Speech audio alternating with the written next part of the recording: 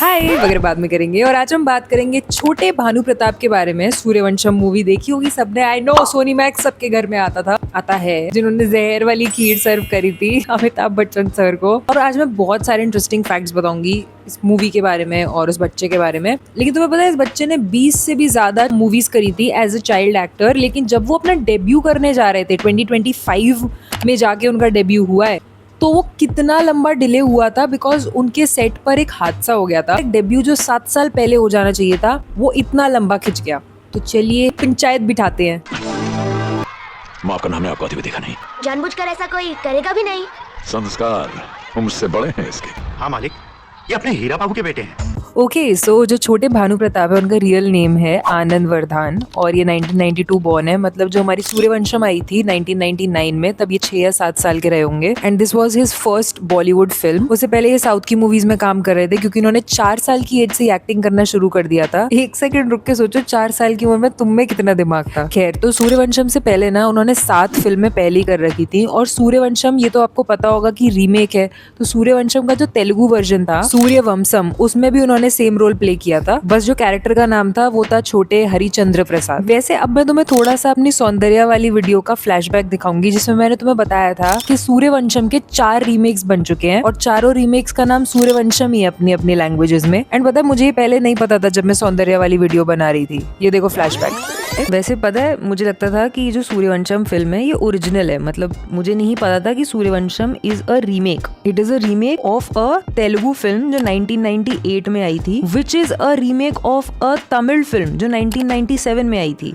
मतलब हिंदी वाली फिल्म आने से पहले 2 सूर्यवंशम पहले ही आ चुकी थी। एंड वो बच्चा था ना जो भानु प्रताप बना था, तेलुगु वाली में भी वही भानु प्रताप बना था। और हिंदी वाली फिल्म रिलीज होने के 3 हफ्ते बाद ही कन्नडा वाली फिल्म रिलीज हो गई थी, क्योंकि हिंदी वाली रिलीज हुई थी 21 मई 1999 को और कन्नडा वर्जन रिलीज हुआ था 11 जून 1999 में। तो 4 सूर्यवंशम बन चुकी हैं अभी तक। तेलुगु और तमिल वाली का नाम था सूर्यवंशम, हिंदी वाली का नाम तो सूर्यवंशम था ही, और जो कन्नडा वाली आई थी उसका नाम था सूर्यवंशा।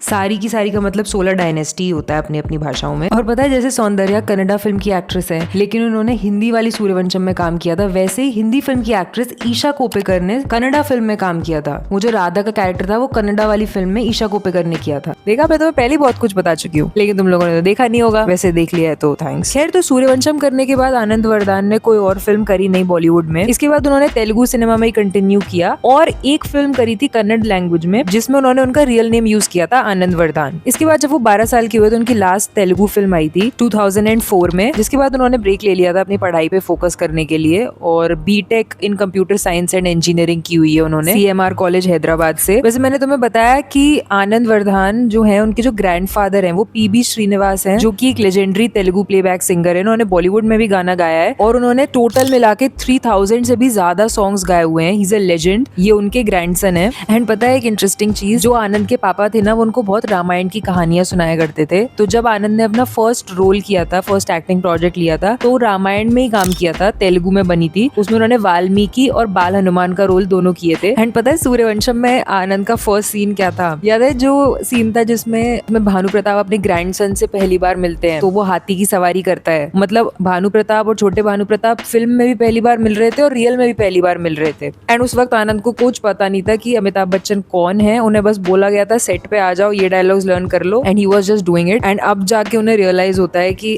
उन्होंने एक लेजेंड के साथ काम किया हुआ है। एंड अब जो आनंद का डेब्यू हुआ है 2025 में, तेलुगु फिल्म है एक निदुरिंचू झापना, जो कि एक अनयूजुअल लव स्टोरी है। उसमें उन्होंने वीरू का रोल किया है। एंड इस मूवी को करते टाइम वो 33 ईयर्स ओल्ड के हैं। और इतना डिले इसलिए हो गया उनका डेब्यू क्योंकि अधिकतर लोग इतना डिले करते नहीं अपने डेब्यू के लिए, वो अपने मिड 20s में डेब्यू कर लेते हैं। हुआ क्या कि इस मूवी को बनने में कुछ 7 साल लग गए। डिले होती चली गई क्योंकि सेट पर एक एक्सीडेंट हो गया था, फिर कोविड-19 पैंडेमिक आ गया। हादसा ये हुआ था बेसिकली, आनंद ने अपने एक इंटरव्यू में बताया कि शूटिंग का 7वां दिन था और वो लोग एक स्पेशल इफेक्ट की तैयारी कर रहे थे। और वो स्पेशल इफेक्ट क्रिएट करने के लिए कुछ मेटल के पाइप्स और वायर्स वगैरह के कनेक्शन की जरूरत पड़ती है ताकि वो इफेक्ट हो सके। और वो स्पेशल इफेक्ट ना उस टाइप का था जैसे कि हमारी पायरो गन्स आती है ना, जिसे चलाते हैं तो उसमें से आग निकलती है, बट वो आग किसी पे गिर जाए तो it doesn't burn you. Cold fire जो होती है उस टाइप का इफेक्ट वो क्रिएट करने की कोशिश कर रहे थे। और ये कोई नया इफेक्ट नहीं था, कई अवार्ड शोज में, एंट्रेंसेस में कई बार यूज होता है, हम सब ने देखा है। तो हुआ क्या कि इन्होंने ये जो सेटअप बनाया था ना जिससे इस तरह की आग निकले, उस सेटअप के अंदर एक तार था जो मेल्ट हो गया और सेटअप के अंदर ही आग लग गई। और उस सेटअप के ऊपर थी एक एल्यूमिनियम की शीट जो आनंद की बॉडी के काफी क्लोज थी और वो उनकी बॉडी से टच हो गई। और क्योंकि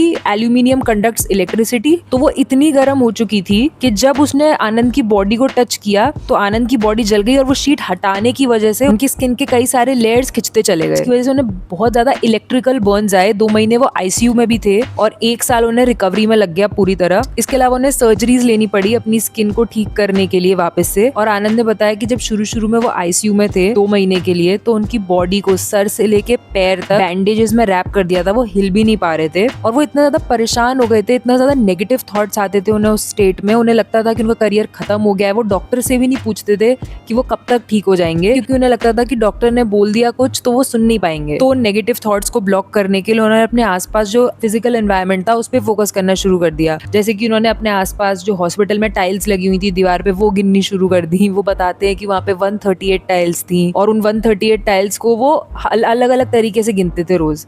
जैसे कभी नीचे से ऊपर गिनते थे, कभी लेफ्ट टू राइट गिनते थे, कभी बैकवर्ड्स, ताकि उनका बस दिमाग ऑक्यूपाइड रहे और नेगेटिव थॉट्स ना आए उनको। कभी कभी वो स्टाफ से मजाक कर लेते थे जस्ट टू मेक श्योर कि उनका माइंड डिप्रेस ना हो जाए। एंड वो कहते हैं कि ये इंसिडेंट से उभरने के बाद उन्हें ऐसा लगता है कि उनका कुछ रीबर्थ ही हो गया है। वैसे एक बात बताओ, सूर्यवंशम मूवी में तुम्हारा फेवरेट कैरेक्टर कौन सा था? Like for me it was Radha, जो सौंदर्या ने प्ले किया था, क्योंकि जब वो हीरा ठाकुर के पास आती है और कहती है कि आपकी अच्छाइयां मुझे भा गई हैं, इवन दो वो इतनी ज्यादा अमीर दिखाई है और फिर आईएएस की तैयारी भी कर रही होती है, फिर भी वो हीरा ठाकुर को चूज करती है। I love that cute moment and I also like Soundarya's acting in that film. उनकी तो फर्स्ट लैंग्वेज भी नहीं थी, फिर भी उन्होंने बहुत अच्छे से प्ले किया है इस कैरेक्टर को। आई नो रेखा जी ने डब की थी उनकी आवाज, लेकिन ऑफ कोर्स बोल तो वो भी रही थी, एक्सप्रेशंस भी कुछ होते हैं या नहीं। वैसे अगर तुमने मेरा सौंदर्या वाला वीडियो नहीं देखा है तो मैं स्क्रीन पे लगा रही हूँ। उनका जो एक्सीडेंट हो गया था जिसकी वजह से अनफॉर्चुनेटली उनकी जान चली गई थी, वो सब बताया था मैंने उस वीडियो में। अगर आपको भी सौंदर्या पसंद है तो आप वीडियो पे क्लिक करके देख सकते हो।